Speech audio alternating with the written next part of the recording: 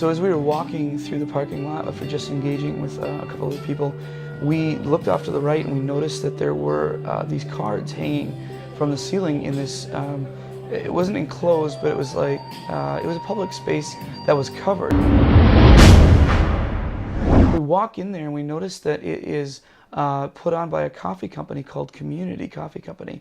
There's these cards just wanting to involve community to people of the city, writing letters, sharing encouragement, just to build a better sense of community. And it's a completely secular thing, but I'm like, wow, what an amazing thing that that is. They don't realize what they're actually walking in.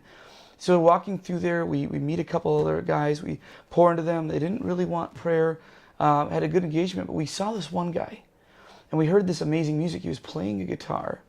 And as we walked past him, we had also at this point wondered where we could get some cards where we could write the messages and hang them ourselves. And I noticed this young man playing the guitar from the opposite side. He had a cross on his neck. It was on his right side, very obvious, very pronounced or prominent. And what was interesting, he took a little break in the music, and right as we were walking by him, and I said, "Hey, can you tell us where we can get these cards?" And he says, "Well, I think it's something you can get through during the day, and so, but I don't know where they are and if they're stored somewhere or whatnot." But I just said, "Well, you know, the real reason I stopped was I noticed the cross on your neck. What's the deal with that?" And he says, "Well, I grew up in a Christian home, and I started walking away from the Lord in recent years.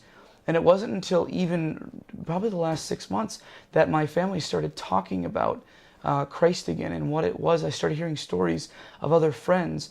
And what was interesting was God was calling my heart back. And so I recommitted to Him, and I got a cross on my neck to remind me that I needed to walk in this again, and that I didn't want to go down a path that I just was down. And so we walked him through what it was to go deep, what it was to really live this thing out.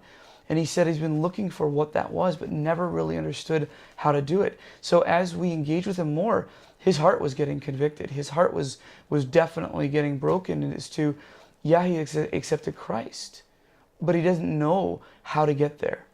And that actually was the tone of the whole night. The first person we met, same thing. So we pray with him. He starts engaging with us even more about what it is to do this. We talk about Messenger Boot Camp. He's like, "I got to do this. This is where it's about." And I said, so we prayed with him. And afterwards, I asked him, I said, "Do you know any worship songs? Because if this is what you're about and you're this good, that's what you're supposed to be doing." He says, "I know one in Spanish." And I said, "Play it." So he plays right there on the spot this worship song. And as he's playing, he starts singing, and he gets a little more comfortable with it as it gets louder. And he's worshiping in this community place. And you just see these cards going all around. And, you know, they're spinning.